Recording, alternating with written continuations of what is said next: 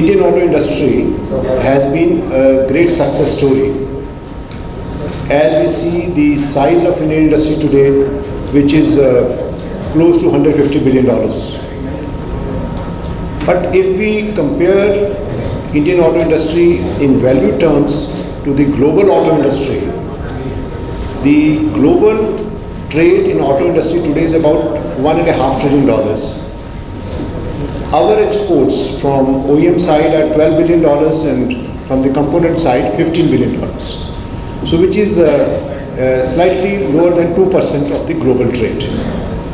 Since we are a huge industry and a huge market, we have a long way to go. So we in the government assessed the strengths of our Indian auto industry.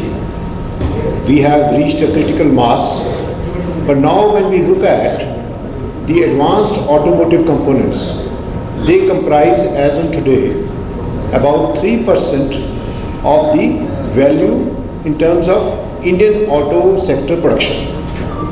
Currently, this ratio is at 18% when we look at the global auto sector. By estimates, because of the more and more connected vehicles, shared vehicles, autonomous vehicles coming in, this 18% is likely to go to 30% at global level by 2030.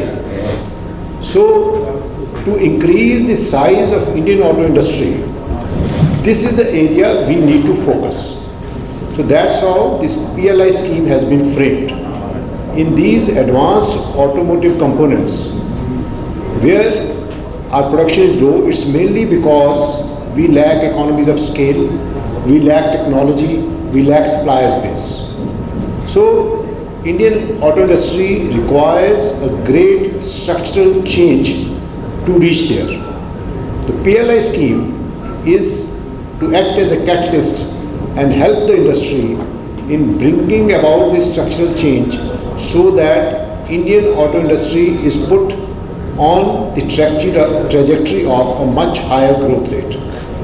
With this objective, we have decided that advanced automotive component supply chains which are either weak or non-existent, the government shall be helping them to the extent the industry in auto faces cost disabilities. The industry projected these cost disabilities in the range of 15%. The government is meeting that cost disability fully without any cut. And we are hopeful that this will lead to an investment of more than 45,000 crores over the next 5 years in the Indian auto sector. And this will lead to incremental production of advanced automotive products to the tune of rupees 2,31,500 crores and generate additional job of 7.6 lakhs. So this is the basic objective of this PLI scheme. Eligibility for this scheme. So eligibility, we have listed on this scheme. It's a complete chart. So I think if I try to describe, it won't be as interesting. If you display the chart to the eligible person, he'll capture it immediately. So the criteria is, there are two sectors. One is the existing sector, other is the new non-automotive sector. So what we are asking, new non-automotive sectors, we are asking net worth as on 31st March 2021. In case of the existing sector, we have two components, that is the OEMs and the components.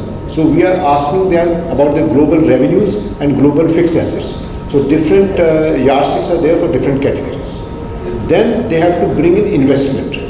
So that is the eligibility. Then investment is different for different categories because requirement is different. For 4-wheeler OEMs, it is 2,000 crore over 5 years. For 2 and 3 wheelers, it is 1,000 crore. For auto components, it is 250 crores. But for the new people who are not in this business, for them the component side is 500 crore rupees and for the OEM side is 2,000 crores. But these are the eligibilities. They don't give you anything. What you get is based on what you sell, and what you sell in the advanced automotive component sector. The sales which you are already doing is okay because you don't need any support. But the new sales you will be doing, that is when you will be producing with cost disabilities. To compensate for the cost disabilities, the payout, which is called incentive, goes up to 18% in both the component sector and the OEM sector.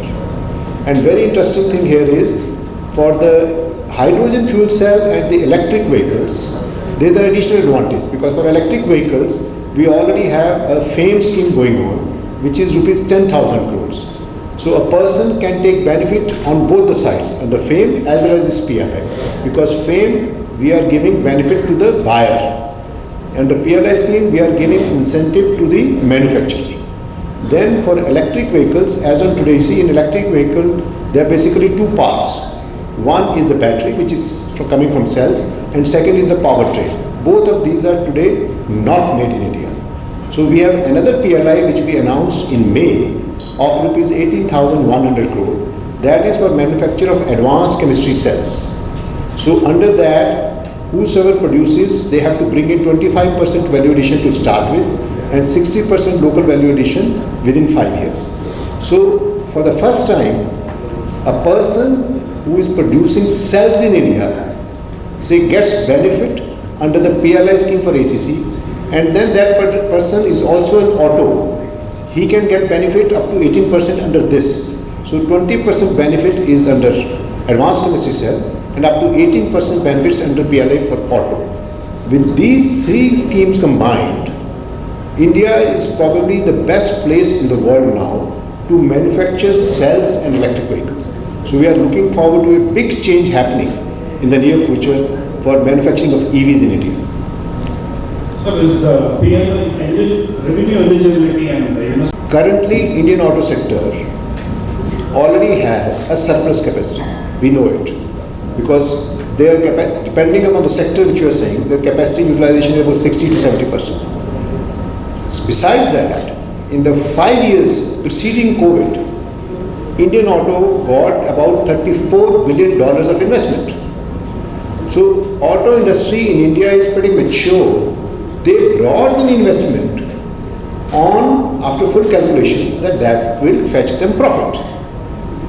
Right? So any investment which is cut across all sectors, whether it's internal combustion engine or EV, and whether it's a two-wheeler, three-wheeler, four-wheeler, but there is so much of enthusiasm in the industry after the announcement of the scheme that they are coming that this product should be added, this product should be added.